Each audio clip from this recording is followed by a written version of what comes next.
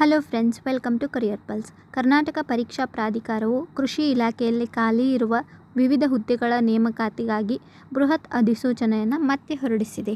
ಈ ವಿಡಿಯೋದಲ್ಲಿ ನಾವು ಈ ನೇಮಕಾತಿಗೆ ಸಂಬಂಧಿಸಿದ ಸಂಪೂರ್ಣ ವಿವರಗಳನ್ನು, ಅಂದರೆ ಅರ್ಹತೆ, ವಯೋಮಿತಿ, ಪರೀಕ್ಷಾ ಪದ್ಧತಿ ಮತ್ತು ಪ್ರಮುಖ ದಿನಾಂಕಗಳನ್ನು ತಿಳಿದುಕೊಳ್ಳೋಣ. ಕೃಷಿ ಪದವೀಧರರಿಗೆ ಇದೊಂದು ಅತ್ಯುತ್ತಮ ಸುವರ್ಣಾವಕಾಶವಾಗಿದ್ದು, ಯಾವುದೇ ಪ್ರಮುಖ ಮಾಹಿತಿ ತಪ್ಪಿ ಹೋಗದಂತೆ ಈ ವಿಡಿಯೋವನ್ನು ಕೊನೆವರೆಗೂ ಸ್ಕಿಪ್ ಮಾಡದೆ ವೀಕ್ಷಿಸಿ.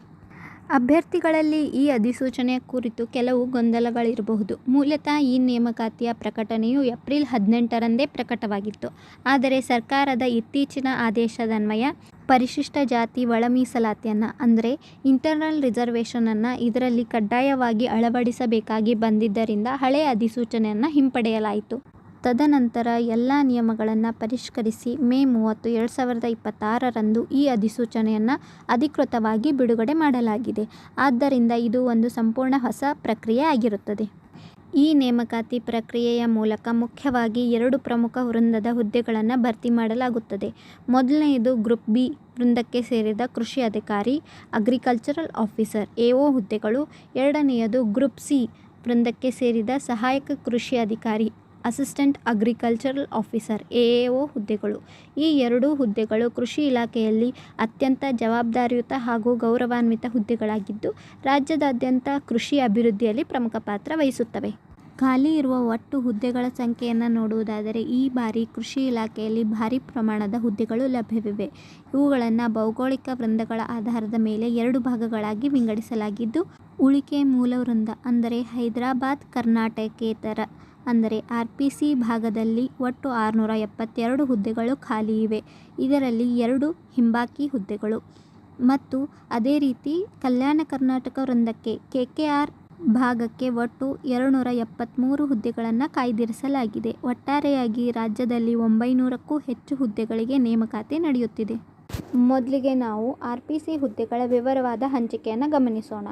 ಇಲ್ಲಿ ಕೃಷಿ ಅಧಿಕಾರಿ ಹುದ್ದೆಗಳಿಗೆ ಸಂಬಂಧಿಸಿದಂತೆ 85% ಕೋಟಾದಡಿ 71 ಸಾಮಾನ್ಯ ಹುದ್ದೆಗಳು ಮತ್ತು 2 ಬ್ಯಾಕ್ಲಾಗ್ ಹುದ್ದೆಗಳಿವೆ.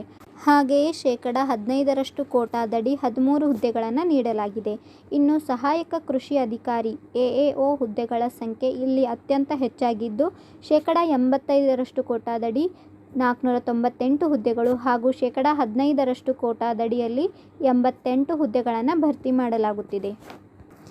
ಕಲ್ಯಾಣ ಕರ್ನಾಟಕ ವೃಂದದಡಿಯಲ್ಲಿ ಹುದ್ದೆಗಳ ವರ್ಗೀಕರಣವನ್ನು ನೋಡುವುದಾದರೆ, ಕೃಷಿ ಅಧಿಕಾರಿ ವೃಂದದಲ್ಲಿ 85% ಸ್ಥಳೀಯ ಕೋಟಾದಡಿ 29 ಸಾಮಾನ್ಯ ಹುದ್ದೆಗಳು ಮತ್ತು 8 ಬ್ಯಾಕ್ಲಾಗ್ ಹುದ್ದೆಗಳಿದ್ದು, 15% ಕೋಟಾದಡಿಯಲ್ಲಿ 5 ಹುದ್ದೆಗಳಿವೆ.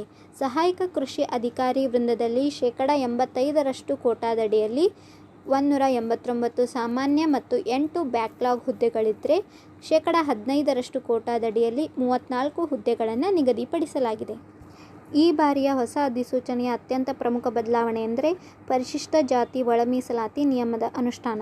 ಈ ಹೊಸ ನಿಯಮದನ್ವಯ ಪರಿಶಿಷ್ಟ ಜಾತಿಗೆ ಸಿಗುವ ಒಟ್ಟು ಮೀಸಲಾತಿ ಹುದ್ದೆಗಳ ಪೈಕಿ 20% ಹುದ್ದೆಗಳನ್ನು ಪ್ರವರ್ಗ ಸಿ ಅಡಿಯಲ್ಲಿ ಗುರುತಿಸಲಾಗಿರುವ 59 ಅತ್ಯಂತ ಹಿಂದುಳಿದ ಉಪಜಾತಿಗಳಿಗೆ ಪ್ರತ್ಯೇಕವಾಗಿ ಕಾಯ್ದಿರಿಸಲಾಗಿದೆ. ಇನ್ನು ಈ ಹುದ್ದೆಗಳಿಗೆ ಅರ್ಜಿ ಸಲ್ಲಿಸಲು ಅವಶ್ಯಕವಾಗಿರುವ ಶೈಕ್ಷಣಿಕ ಅರ್ಹತೆಯನ್ನು ನೋಡುವುದಾದರೆ, 85% ಕೋಟಾದಡಿ ಬರುವ ಹುದ್ದೆಗಳಿಗೆ ಅರ್ಜಿ ಸಲ್ಲಿಸಲು ಅಭ್ಯರ್ಥಿಗಳು ಕಡ್ಡಾಯವಾಗಿ ಮಾನ್ಯತೆ ಪಡೆದ ವಿಶ್ವವಿದ್ಯಾಲಯದಿಂದ BSc ಅಗ್ರಿ ಅಥವಾ BSc ಆನರ್ಸ್ ಅಗ್ರಿ ಪದವಿಯನ್ನು ಪೂರ್ಣಗೊಳಿಸಿರಬೇಕು.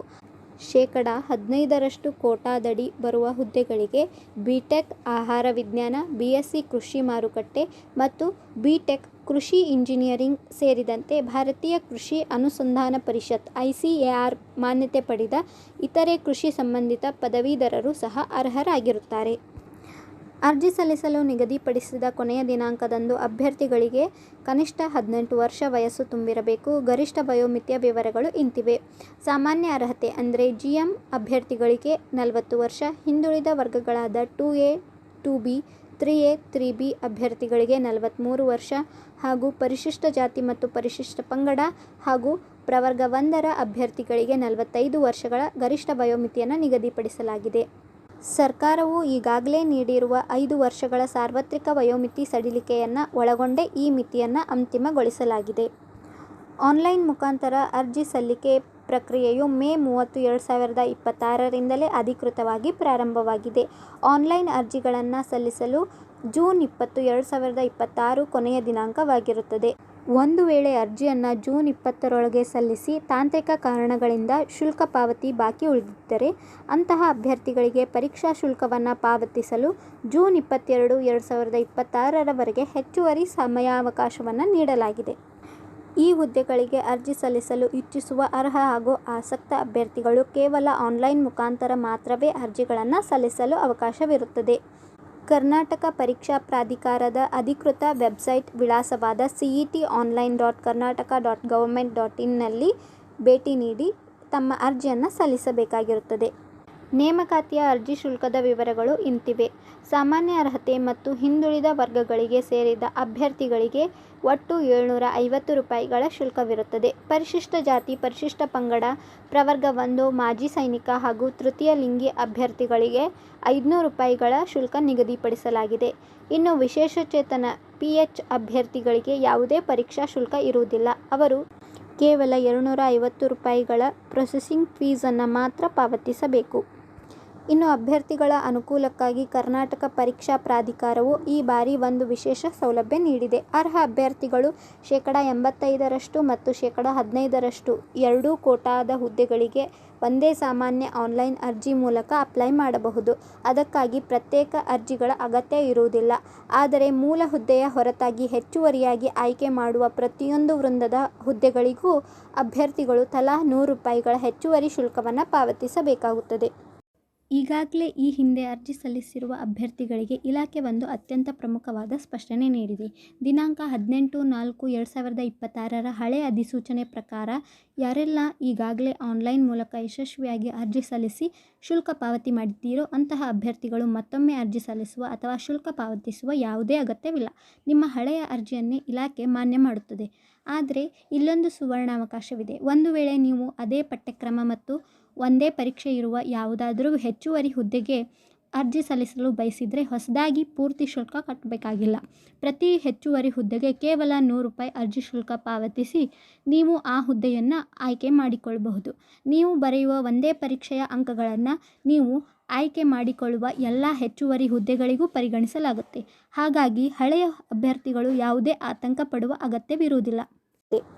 ಈ ಹುದ್ದೆಗಳ ವೇತನ ಶ್ರೇಣಿಯು ಆಕರ್ಷಕವಾಗಿದ್ದು ಸರ್ಕಾರದ ನಿಯಮಾವಳಿಗಳ ಪ್ರಕಾರ ನಿಗದಿಪಡಿಸಲಾಗಿದೆ. ಕೃಷಿ ಅಧಿಕಾರಿ AO ಹುದ್ದೆಗೆ ಆಯ್ಕೆಯಾಗುವ ಅಭ್ಯರ್ಥಿಗಳಿಗೆ ಆರಂಭಿಕ ಮೂಲ ವೇತನ ₹69,250ಗಳಿಂದ ಪ್ರಾರಂಭವಾಗಿ ₹1,34,200ವರೆಗಿನ ವೇತನ ಶ್ರೇಣಿ ಇರುತ್ತದೆ. ಅದೇ ರೀತಿ ಸಹಾಯಕ ಕೃಷಿ ಅಧಿಕಾರಿ AAO ಹುದ್ದೆಗಳಿಗೆ ಆಯ್ಕೆ ಆಗುವ ಅಭ್ಯರ್ಥಿಗಳಿಗೆ ಆರಂಭಿಕ ಮೂಲ ವೇತನ ₹65,950ಗಳಿಂದ ಆರಂಭವಾಗಿ ₹1,24,900ವರೆಗಿನ ವೇತನ ಶ್ರೇಣಿಯನ್ನು ನಿಗದಿಪಡಿಸಲಾಗಿದೆ. ಇದರೊಂದಿಗೆ ನಿಯಮಾನುಸಾರ ಭತ್ಯೆಗಳು ಲಭ್ಯವಿರುತ್ತದೆ. ಈ ನೇಮಕಾತಿಯ ಆಯ್ಕೆ ಪ್ರಕ್ರಿಯೆಯು ಸಂಪೂರ್ಣವಾಗಿ ಆಫ್ಲೈನ್ ಮಾದರಿಯ ಸ್ಪರ್ಧಾತ್ಮಕ ಪರೀಕ್ಷೆ ಮೂಲಕ ನಡೆಯುತ್ತದೆ.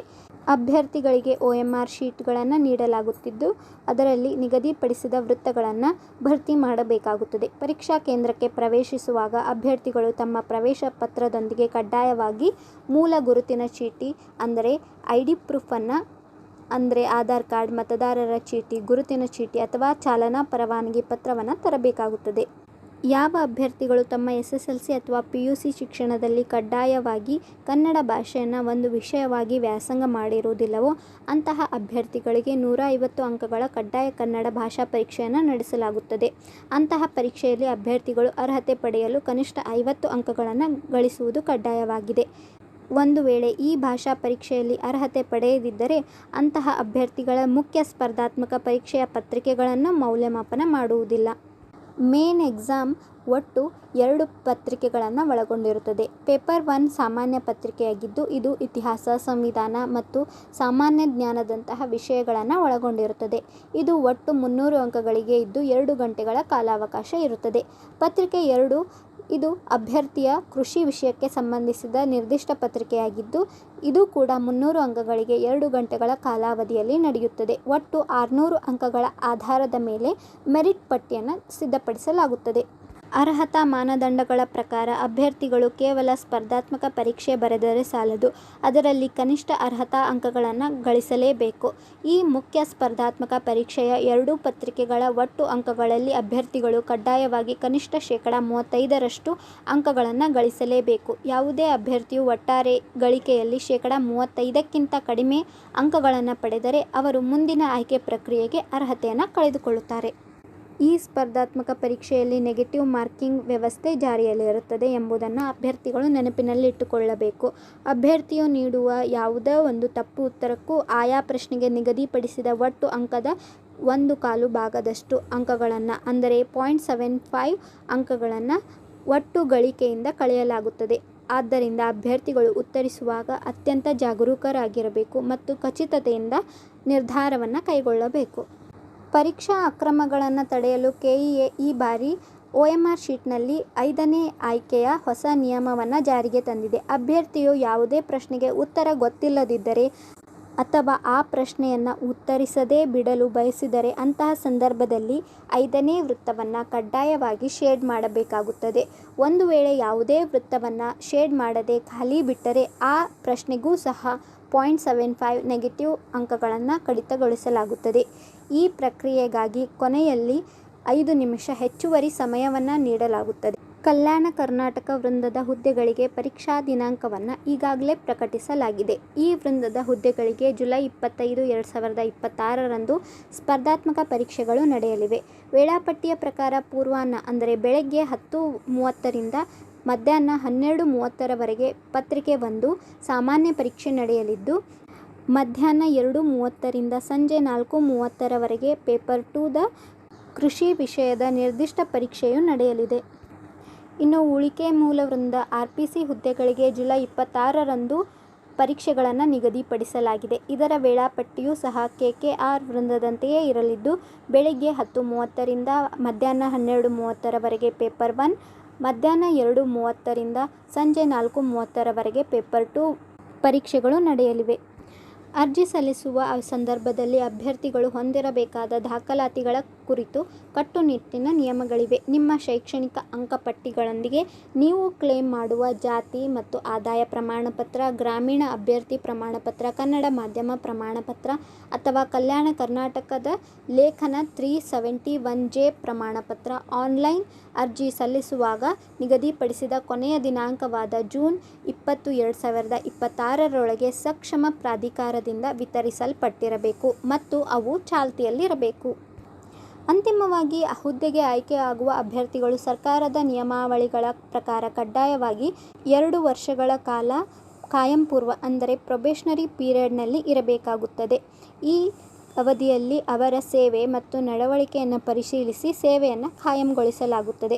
ಇದರೊಂದಿಗೆ ಆಯ್ಕೆಯಾದ ಅಭ್ಯರ್ಥಿಗಳಿಗೆ 2006ರ ಸರ್ಕಾರಿ ಆದೇಶ ಅನ್ವಯ ಜಾರಿಯಲ್ಲಿರುವ ಹೊಸ ರಾಷ್ಟ್ರೀಯ ಪಿಂಚಣಿ ಯೋಜನೆ ಸೌಲಭ್ಯವು ಅನ್ವಯವಾಗುತ್ತದೆ.